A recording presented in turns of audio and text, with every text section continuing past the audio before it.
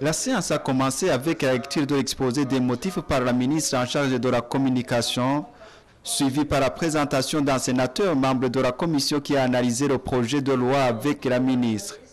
Les sénateurs ont posé des questions à la ministre, tout comme d'autres ont émis des observations.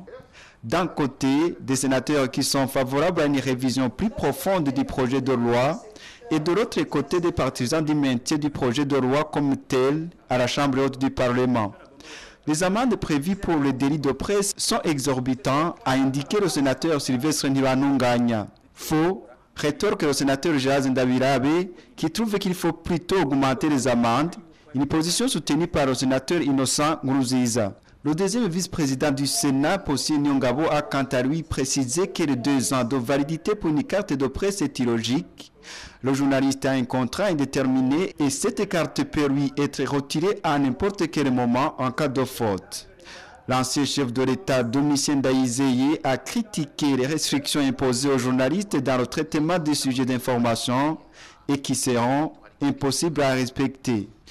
La ministre Leokadi a apprécié positivement certaines des observations faites pour modifier ce projet de loi. Le texte a été adopté à une large majorité, requis à 32 voix pour, 2 voix contre et 4 abstentions. Le texte sera ensuite envoyé à la présidence pour promulgation.